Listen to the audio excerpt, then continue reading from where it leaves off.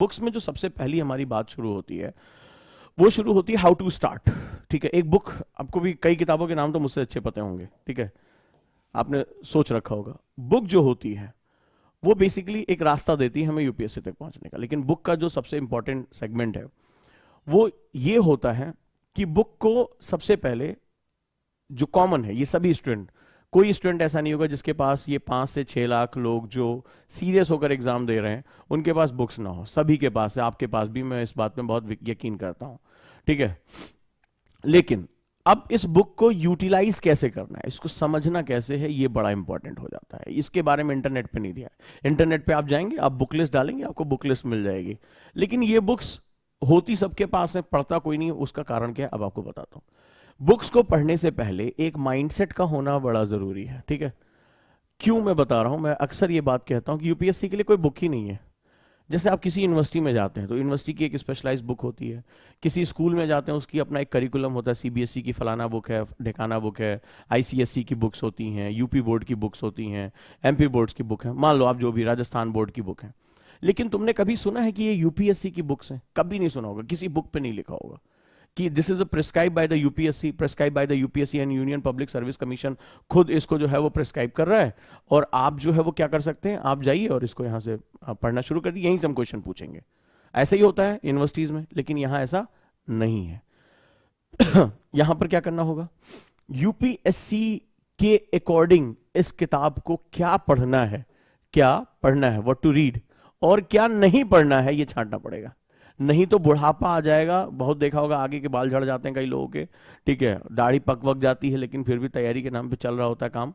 ऐसा नहीं कि वो गलत है, लेकिन आपको इतना समय नहीं लगाना है। अगर आप सही गाइडेंस में हैं तो आज आप देख सकते हैं कि बहुत से कम एज के जो है वो जो हमारे एस्पिरेंट्स हैं वो यूपीएससी क्रैक कर रहे हैं, अच्छा कर रहे हैं। कम एज में वो, अभी आपने देखा टीना अभी डीसी बन गई हैं, ठीक है, कलेक्टर की पोस्ट पे आ गई हैं। तो ये बहुत बड़ी अचीवमेंट है। आप अंदाजा लगाइए कि at the end of the उनका जो करियर होगा वो कितने सीनियर पोस्ट पे होंगे। हम यही सोचते हैं कि यार हमसे किसी तरह यूपीएससी क्रैक हो जाए। हम ये नहीं सोचते हैं कि हमें यूपीएससी जल्दी क्रैक करके राष्ट्र की सेवा करनी है, हमें अपना अनुभव बढ़ाना है, कल को हमें पॉलिसी मेकिंग में जाना है। इट इज नॉट ओनली कि तुम एक आईएएस बन जाओ, इट इज इंपॉर्टेंट कि तुम पॉलिसी मेकिंग का पार्ट बन जाओ। मैं ओजांकियंस को इसी रूप में ड्रीम करता हूं। पॉलिसी मेकिंग का मतलब होता है कि तुम भाग्य विधाता बन जाओगे, तुम लोगों के बारे में सही तरीके से सोचोगे, तुम उनके लिए कुछ कर पाओगे।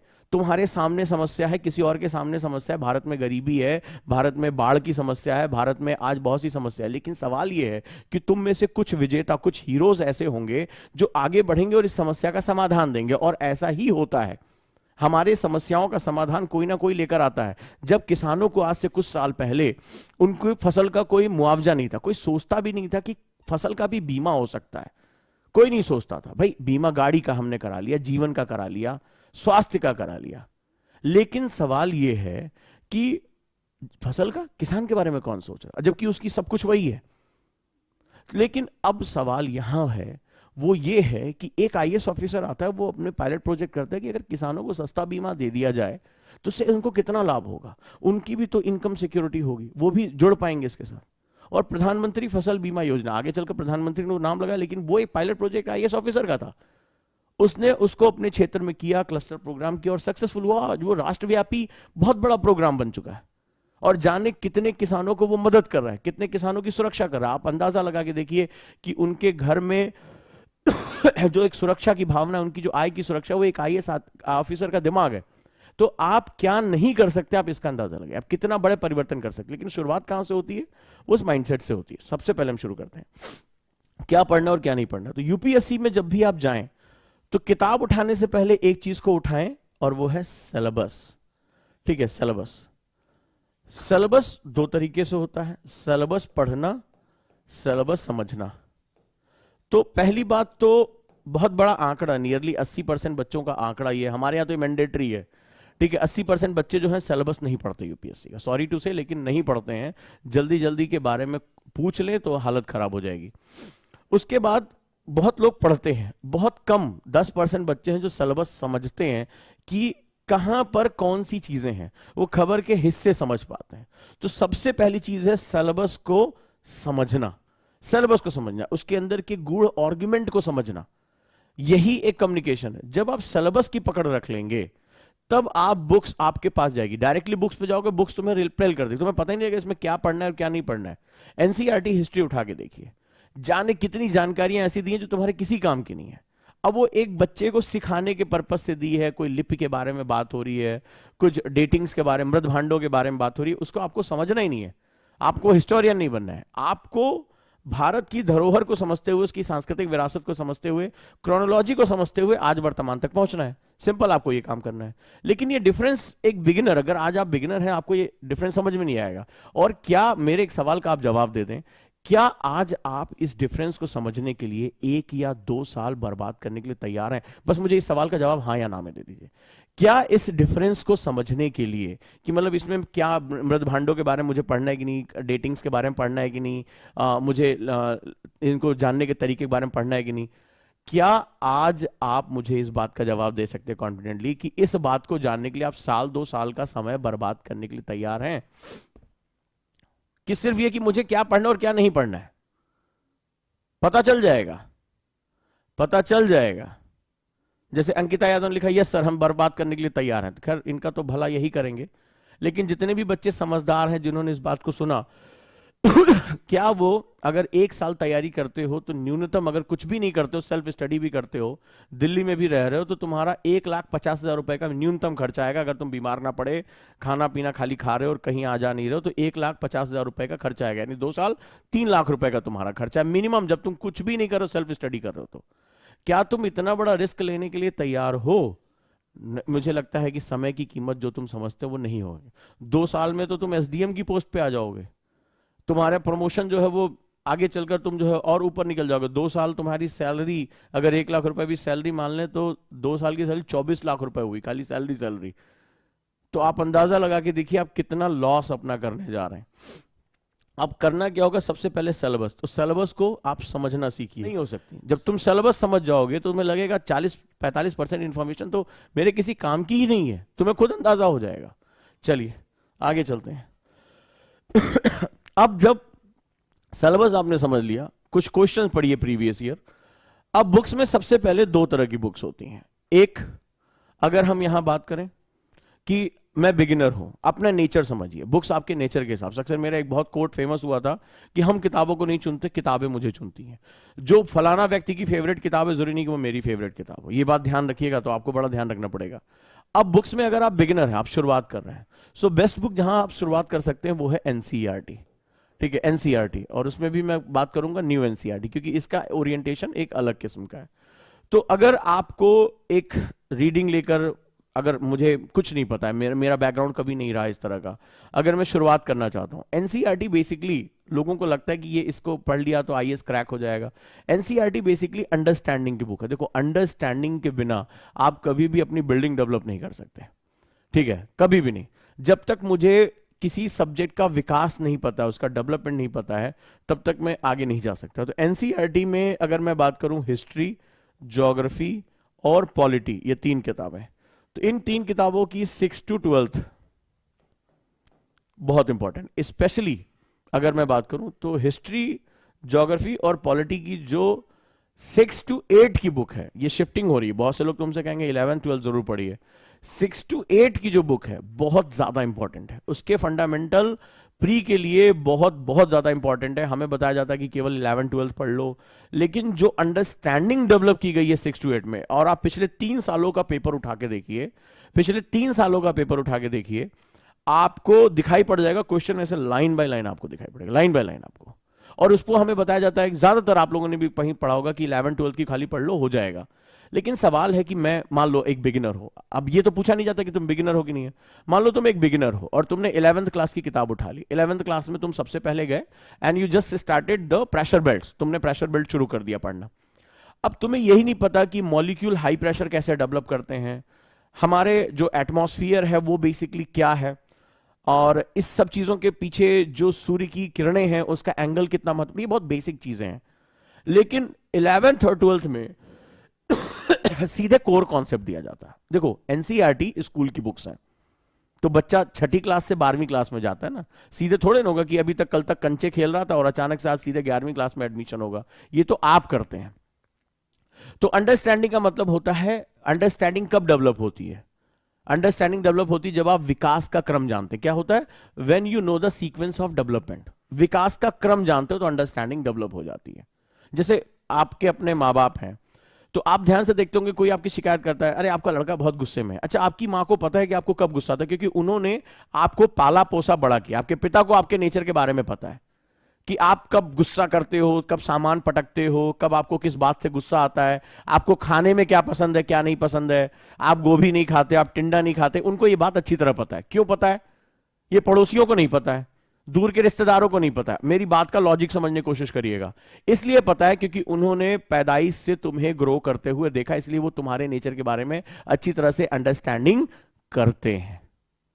हम भले चाहे तेजूलाल बन जाए कि हम माँ बाप से छुपा ले, उनको सब पता होता है कब तुमने स्मोकिंग की, कब तुमने चोरी, कब तुमने झूठ बोला, लेकिन वो भी सोचते हैं कि क्या करें अब। तो यहां पर हमें यह समझना पड़ेगा कि ये जो हमारी किताबें हैं और उसकी जो नॉलेज है वो हमारी औलाद की तरह है। इस भावना के साथ अगर पढ़ोगे तो तुम्हें अपनी औलाद को समझने के लिए उसके जन्म से लेकर और आगे के स्टेप को समझना पड़ेगा, उसका बिहेवियर तुम्हें अपने आप समझ में आ जाएगा। तो ये जो लोग, जितने भी लोग हैं, ये कहते हैं कि साहब ज्योग्राफी समझ में नहीं आती, हिस्ट्री समझ में नहीं आती, तो उन्होंने तो एक गोद ले लिया बच्चा, ठीक है, वो भी एकदम जवान बच्चा, 21 साल का हो गया, दाढ़ी वाड़ी आ गई है, उसको गोद ले लिया। अब वो नहीं पता चल रहा है कि वो विनम्र स्वभाव का है, साधु स्वभाव का, बदमाश स्वभाव का है। वो तो जब उनके हत्थे चढ़ रहा है, किसी दिन मौका लगा, गुस्सा उस्सा किए पिता के रूप में, अरे मैं बाप हूं, मैं मां हूं, मैं डांट दूंगा, पता लगा उल्टे हाथ एक दे दिया उसने, तो क्या हुआ? अब उनको समझ में नहीं आ रहा कि यार ये ऐसा बिहेवियर क्यों हो गया। तो तुम्हारी बुक्स तुम्हारे साथ जब बेवफाई करती है, उसका सबसे बड़ा रीजन यही होता है। जब तुम कहते हो साहब सब्जेक्ट नहीं समझ में, इकोनॉमिक्स बहुत टफ है सर, करंट अफेयर्स नहीं, साइंस सर दगा दे रही है, तो उसका सबसे बड़ा कारण है तुम्हें उसका डेवलपमेंट नहीं पता। तो NCERT is book for the understanding the development. तो ये है, इकोनॉमिक्स की बुक्स कोई बहुत अच्छी नहीं होती हैं इसको समझने के लिए, लेकिन थोड़ा बहुत पार्ट मैक्रो इकोनॉमिक्स का आप पढ़ सकते हैं। एंड साइंस, तो साइंस में 6 to 8 चले जाओ या 9 तक चले जाओ, आप इसको आराम से पढ़ सकते हो। क्योंकि साइंस और इकोनॉमिक्स दो ऐसे सब्जेक्ट हैं जो बहुत तेजी से बदलते हैं, इसमें करंट एस्पेक्ट्स बहुत पूछा जाता है। तो यहां से फंडामेंटल लेते हुए तुम इसको करंट के साथ जितना जोड़ पाओगे उतना ही तुम्हारे साथ काम होगा। इससे बेहतर है कि इकोनॉमिक्स के लिए ईश्वर ढींगरा की बुक पढ़ लो, इकोनॉमिक डेवलपमेंट, वो तुम्हारे लिए ज्यादा आसान होगी, वो तुम्हारे लिए ज्यादा चीजें कवर करके तुम्हें दे पाएगी रादर देन एनसीईआरटीज के। चले, अब एनसीईआरटीज हमारी हो गई, आपने इसको पढ़ा। स्टैंडर्ड बुक्स की बात करते हैं, तो हम पेपर वाइज बात करते हैं। स्टैंडर्ड बुक आ जाओ, लिख लेते हैं इसको। तो जीएस पेपर 1 की अगर हम बात करें मेंस में, तो हम पहला देखते हैं सोशल इश्यूज, दूसरा हम देखते हैं सोशल इश्यूज के बाद हमारा होता है history, and third one geography. तो सोशल इश्यूज के लिए राम आहूजा लिखते जाओ, किताब Ram Ahuja, and you can go for the NCERT also, social development. तो राम आहूजा की बुक पढ़ सकते हो। बाकी इसके साथ तुम्हें करंट के टॉपिक्स बहुत जोड़ने पड़ेंगे, करंट डिबेट्स क्या चल रही हैं, ठीक है, ये सारा करंट बेस हमारा क्वेश्चन आता है। राम आहूजा की बुक पढ़ सकते हो। हिस्ट्री के लिए अगर मैं बात करूं तो हिस्ट्री के जो पार्ट हैं, आप वर्ड हिस्ट्री के लिए आप जो है वो जैन और माथुर को पढ़ सकते हो, या अगर बहुत बिगिनर से पढ़ना चाहते हो तो अर्जुन देव की बुक आती है, आप अर्जुन देव की बुक्स भी पढ़ सकते हो, ठीक है। अर्जुन देव की बुक से आप शुरुआत कर सकते हो वर्ड हिस्ट्री को पढ़ने के लिए। मॉडर्न हिस्ट्री के लिए दो इंपॉर्टेंट डिवीजन है, एक तो आप इसमें पढ़ सकते हो विपिन चंद्र, आप नाम जानते हो, और दूसरा प्लासी से partition, from Plassey to partition, Shekhar Bandopadhyay. ये किताब अच्छी है, आप इसको पढ़ सकते हैं। इसके बाद इस बार जो क्वेश्चन का हमें एक वेटेज देखने को मिला, उसके लिए तमिलनाडु की बुक्स, क्योंकि मैंने आपको बार बार बताया और अब देखिए बच्चे उसके साथ समझ रहे हैं कि किस तरह साउथ में डोमिनेंस होता जा रहा है, साउथ में क्या चीजें हो रही हैं, खबरें बहुत आ रही। तमिलनाडु की जो बुक है उसको भी आप पढ़ सकते हैं हिस्ट्री के लिए। प्राचीन भारत के लिए झा श्रीमाली पढ़ सकते हैं। हाँ, ये सारी किताबें हिंदी इंग्लिश दोनों में है, झा श्रीमाली। और झा श्रीमाली का तो हिंदी अनुवाद हिंदी भाषा विभाग ने किया, बहुत अच्छा है ये। और मेडाइवल के यानी मध्यकालीन भारत के लिए आप लोग जो बुक पढ़ेंगे वो सतीश चंद्रा की बुक 2 पार्ट में आती है, सतीश चंद्रा। तो वर्ड हिस्ट्री के लिए बुक पहली हो गई आपकी, जैन और माथुर आप पढ़ सकते हैं, या अर्जुन देव, दोनों में से कोई भी आप चॉइस ले सकते हैं। आप प्राचीन भारत के लिए यानी कि एंशिएंट के लिए झा श्रीमाली पढ़ सकते हैं, उसके साथ एनसीईआरटी में आपको बेस अच्छा खासा मिल जाता है। इसके बाद आप मेडाइवल के लिए सतीश चंद्रा की बुक पढ़ सकते हैं, और जो मॉडर्न है, मॉडर्न के लिए आप जा सकते हैं शेखर बंदोपाध्याय के साथ या विपिन चंद्रा के साथ। एक किताब बदलते ट्रेंड के हिसाब से मैं आपको और बताऊंगा, अगर सपोर्टिव बुक में उसको रख सकते हो तो आइदर स्पेक्ट्रम, अगर आपके पास है तो स्पेक्ट्रम की मॉडर्न हिस्ट्री की बुक रख सकते हो। ये बेसिकली जो फैक्चुअल क्वेश्चन आते हैं प्री में और कुछ मेंस में भी डायरेक्टली क्वेश्चन होते हैं, उनको लिखने के लिए बहुत अच्छी है। या एक किताब का नाम बताता हूं, ग्रोवर एंड ग्रोवर, ठीक है, ग्रोवर मॉडर्न की आती है, तो ग्रोवर एंड ग्रोवर। अब अगर क्या होता है, इसमें बहुत से ऐसे डॉक्यूमेंट्स, ऐसे जो है इंपॉर्टेंट डाटा दिया है जो बेसिकली शेखर बंदोपाध्याय और विपिन चंद्रा में नहीं दिया हुआ है, क्योंकि वो कहानी के रूप में एनालिटिकल होता है, इन्होंने फैक्ट को बड़े अच्छे से संभाला है। तो ग्रोवर एंड ग्रोवर की बुक जो है वो तुम पढ़ सकते हो, अगर मॉडर्न हिंदी इंग्लिश दोनों में आती है। और एस चांद पे पब्लिकेशन पे इसकी बहुत ही अच्छी किताब है, और बहुत ढेर सारा डाटा इन्होंने सहेजा है। ये प्री में तुम्हें बहुत मदद करने वाली है किताब, राइट। आगे चलते हैं। ज्योग्राफी के लिए इंग्लिश मीडियम में अगर आप फिजिकल ज्योग्राफी जाते हो तो जीसी लियोंग पढ़ सकते हो, ठीक है। हिंदी में जाते हो तो जो एनसीईआरटीज हैं, काफ़ी अच्छी किताब है वो, एनसीईआरटी आप पढ़ सकते हो। इसके साथ साथ ज्योग्राफी में, इंडियन ज्योग्राफी के लिए आप माजिद हुसैन पढ़ सकते हो, या इंडियन ज्योग्राफी के लिए एनआईओएस की बुक्स जो होती हैं वो भी आप पढ़ सकते हो, काफ़ी अच्छी किताब है, राइट। तो इनके साथ भी आप ये फ्री में आप डाउनलोड करके उसको आप पढ़ सकते हो। अब जैसे प्रिंस ने लिखा है कि इतना सारा हिस्ट्री के बुक हो गया, पढ़ूं किसको। अब देखो पहली बात तो अपने आप से क्वेश्चन पूछो कि तुम क्लर्क का एग्जाम देने जा रहे हो, आईएएस का एग्जाम देने जा रहे हो। मैंने माइंडसेट पे लिखा ना सबसे पहले, किताब का इंपॉर्टेंट है, माइंडसेट इंपॉर्टेंट है। अब तुम चाह रहे हो कि तुम आईएएस का एग्जाम भी क्रैक कर लो, तुम डीएम बन जाओ, पूरा जिला तुम्हारी मुट्ठी में हो, जिले का प्रथम नागरिक बन जाओ, और तुम्हें पढ़ना पड़े ल्यूसेंट, या तुम्हें पढ़ना पड़े कोई वन लाइनर, और तुम बनना चाहते हो आईएएस। यही समस्या है, डिमांड सप्लाई गैप है। और ऐसा नहीं, मेरे पास तो ऐसे से मैसेज आ जाते हैं, अरे बड़का टीचर बनते हैं आपको, एक किताब बताइए जिसको पढ़ के प्री क्वालिफाई, एक किताब बताइए जिसको पढ़कर हम प्री क्वालिफाई कर दें। और अभी क्या, अभी तो 2-4 हो सकता है, एक साल में नई पीढ़ी और भी नई आ जाएगी, वो कहेगी भैया कोई ऐसा ताबीज बताइए, कोई ऐसी गोली बताइए, ऐसे खाएं भक्क से आईएएस बन जाए। ऐसे भी हैं, इनको मैं मैगी स्टूडेंट बोलता हूं, नूडल्स। ये 2 मिनट में जो है वो नूडल पकाते हैं, वो यहां पे भी वही काम करने आ रहे हैं, ठीक है। चलिए आते हैं आगे। तो ज्योग्राफी के लिए अब मानव भूगोल जो एनसीईआरटी है, जो ह्यूमन ज्योग्राफी है, वो काफी है, मोर देन इनफ है, उसको आप अच्छे से पढ़ाई कर सकते हैं, राइट। तो जीसी लियोंग इंग्लिश मीडियम में, हिंदी में एनसीईआरटीज हो गई, और माजिद हुसैन साहब की बुक आप ज्योग्राफी के लिए, इंडियन ज्योग्राफी के लिए पढ़ सकते हैं, एनआईओएस पढ़ सकते हैं, राइट। चलिए पेपर 2 में आते हैं। तो पॉलिटी और गवर्नेंस दोनों के लिए लक्ष्मीकांत आप शुरुआत कर सकते हैं। लक्ष्मीकांत की 2 अलग अलग बुक आती हैं, लोगों को लगता है केवल पॉलिटी की बुक आती नहीं, लक्ष्मीकांत की 2 किताबें आती हिंदी और इंग्लिश में, और वो है पॉलिटी एंड गवर्नेंस, आप उसको पढ़ सकते हैं। एक चीज आप जरूर रखिए, और वो अपने साथ बेयर एक्ट जरूर रखिए। बेयर एक्ट किसके किसके पास है? Bare act. Bare act basically constitution के जो आर्टिकल्स हैं उसको डिफाइन करता है, हिंदी इंग्लिश दोनों में आती है, बाइग्लॉट आती है, मतलब ये हिंदी और इंग्लिश दोनों में आती है, एक तरफ हिंदी लिखी होती है, एक तरफ इंग्लिश लिखी होती है। किसके किसके पास बेयर एक्ट है? तो जो भी कोई चीज न्यूज आ रही है, आप सबसे पहले उसको कॉन्स्टिट्यूशन से, बेयर एक्ट से पढ़ना शुरू करिए। नहीं है तो आपको जब फ्री क्लासेस मिलेगी वहां जरूर पूछिएगा। कितने लोगों के पास बेयर एक्ट है? हिंदी इंग्लिश दोनों में आती है, 99 या 90 रुपए की किताब है, ये बहुत सस्ती किताब है।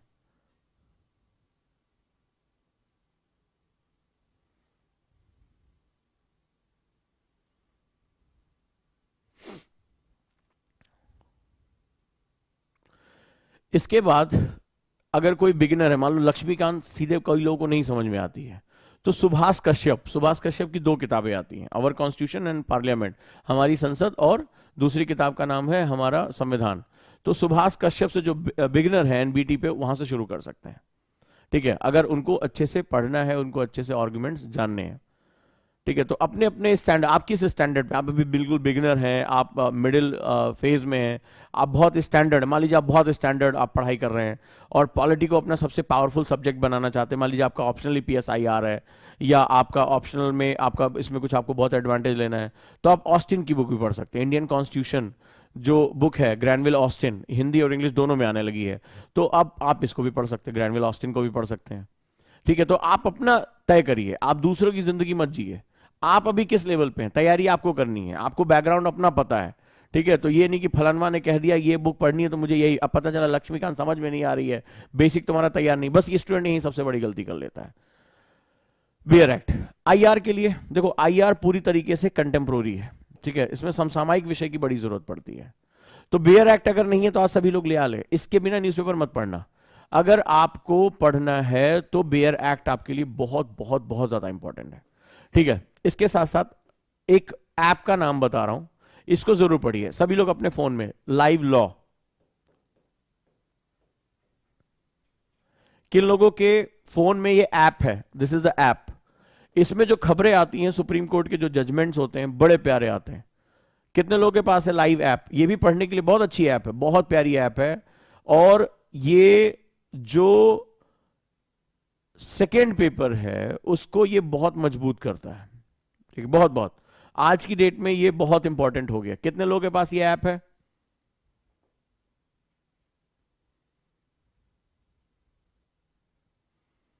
अगर नहीं है तो लाइव लॉ ये फ्री ऐप है, इसको डाउनलोड कर लो। राइट, बहुत अच्छी ऐप है, बहुत अच्छे से इसमें चीजें दी हुई हैं और ये आपको एक बहुत एडवांटेज देगा पढ़ने में। ठीक है, तो आप लोग इसको आज डाउनलोड कर लेंगे, नई इंफॉर्मेशन है आपके लिए, बहुत इंपॉर्टेंट इंफॉर्मेशन है और बहुत ही महत्वपूर्ण तरीके से इसको आपको तैयारी करनी है। चले, IR के लिए जो बेसिक बुक्स होती हैं, IR के लिए आप राजीव सीकरी की भी बुक पढ़ सकते हैं। ठीक है, हिंदी इंग्लिश दोनों में आती है। तो भारत की विदेश नीति को समझने के लिए आप राजीव सीकरी की बुक पढ़, लेकिन IR बहुत डायनेमिक टॉपिक है, बहुत तेजी से चेंज होता है, तो इसके लिए आपको अलग अलग रिसोर्सेज आपको लेने पड़ेंगे। जैसे इसके लिए आपको मिनिस्ट्री की वेबसाइट का सहारा लेना पड़ेगा। जैसे आप करंट अफेयर्स में कुछ आ रहा है तो इसको या तो न्यूज़पेपर से पढ़ेंगे, द हिंदू हो गया, या अगर आप इंडियन एक्सप्रेस पढ़ते हैं, दैनिक जागरण पढ़ते हैं, तो आप यहां पर बात करेंगे। साथ ही साथ इसमें मिनिस्ट्री ऑफ एक्सटर्नल अफेयर्स, ठीक है, तो वो क्या होता है, जो मिनिस्ट्री ऑफ एक्सटर्नल अफेयर्स है, MEA, तो MEA की वेबसाइट पे जाएंगे, हिंदी इंग्लिश दोनों में आपको काफी मिलेगा। इसमें मिनिस्ट्री ऑफ एक्सटर्नल अफेयर्स बहुत ही इंपॉर्टेंट रिसोर्स है पढ़ने के लिए, आप यहां से पढ़ाई कर सकते हैं इसकी। ठीक है, तो मिनिस्ट्री ऑफ एक्सटर्नल अफेयर्स की वेबसाइट। साथ ही साथ क्या होता है, जब दिसंबर आएगा तो ये अपना पूरा डिपार्टमेंटल का एनुअल एक गैजेटियर निकालते हैं, एनुअल एक बुकलेट फ्री होती है, ये नवंबर दिसंबर के टाइम आ जाती है। तो हर जितने भी मंत्रालय हैं इन्होंने साल भर में क्या काम किया, कौन से इनिशिएटिव लिए, ये वो रिलीज करते हैं MEA की। इसको अगर आप डाउनलोड कर लेंगे, आप इनके आर्काइव में जाके इनको पिछला भी आपको मिल जाएगा, आपको बहुत बहुत ज्यादा बेनिफिट होगा। स्पेशली जो साउथ एशिया पे इनकी जो रिपोर्ट आती है, दक्षिण भारत जिसमें हमारा हिस्सा है, मोस्ट ऑथेंटिक डाटा आपको मिलने वाला है। ठीक है, तो आपको ये पढ़ना है। तो ये हिंदी में भी किताब आती है राजीव सीकरी की, न्यूज़पेपर आप हिंदी में अपना पढ़ सकते हैं। MEA की वेबसाइट पे हिंदी इंग्लिश दोनों में आपको कंटेंट मिल जाएगा। मैं वो कंटेंट बता रहा हूं जिसमें हिंदी इंग्लिश दोनों में आपको काफी फायदा होगा। तो IR के लिए आप इसमें चले जाते हैं। नेक्स्ट आ जाइए पेपर 3 में।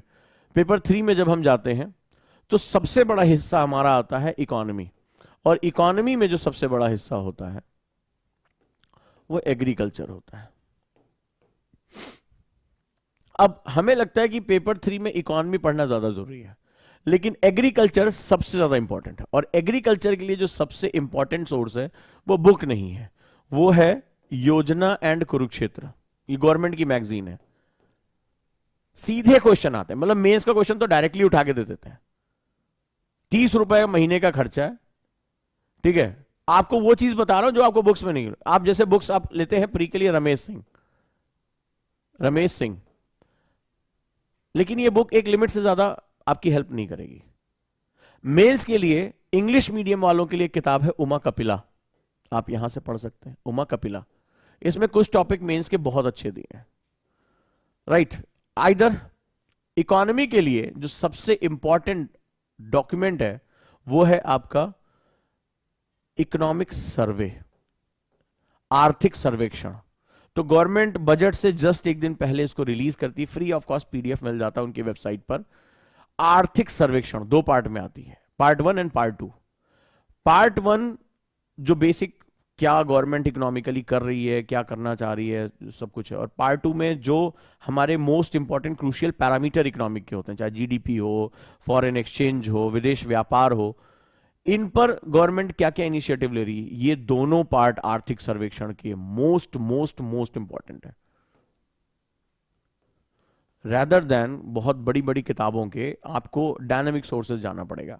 यानी योजना कुरुक्षेत्र मैगजीन के लिए एग्रीकल्चर आपके 11 पॉइंट्स हैं, 11 टॉपिक्स हैं इसमें, ठीक है। मैं अक्सर बोलता हूं 90+ मार्क्स केवल इसी से आते हैं इकोनॉमिक्स में।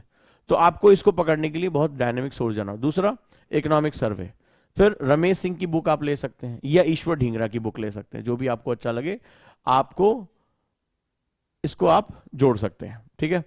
इसी के साथ डिजास्टर मैनेजमेंट की बुक्स आती हैं। तो डिजास्टर मैनेजमेंट के लिए आपको इसकी वेबसाइट पे जाना है, एनडीएमए की वेबसाइट पे, नेशनल डिजास्टर मैनेजमेंट अथॉरिटी की वेबसाइट पे जाना है और ये एनुअल रिपोर्ट देते हैं, उसको उठा लेना है। बाकी ज्योग्राफी जब आप पढ़ोगे तो डिजास्टर के रीजंस आपको पता ही चल जाएंगे। इसके बाद इंटरनल सिक्योरिटी, आंतरिक सुरक्षा। आंतरिक सुरक्षा के लिए अशोक सिंह की बुक आती है, टाटा मैग्रा पे, मैग्रा हिल पे आती है, वो किताब मोर देन इनफ है। या ministry of home affairs, MHA, ministry of home affairs यानी गृह मंत्रालय की वेबसाइट पे जाएंगे, इनकी एनुअल रिपोर्ट बहुत इंपॉर्टेंट है, सीधे क्वेश्चन आपको वहां से मिल जाएंगे अगर आप ये एनुअल डॉक्यूमेंट भी डाउनलोड कर लेते हैं।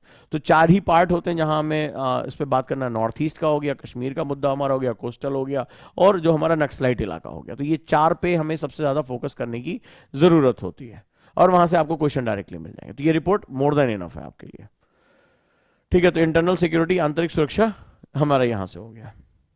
इसके बाद आ जाता है science and tech. Science and tech, तो साइंस एंड टेक के लिए एक ऐप बता देता हूं, साइंस डेली।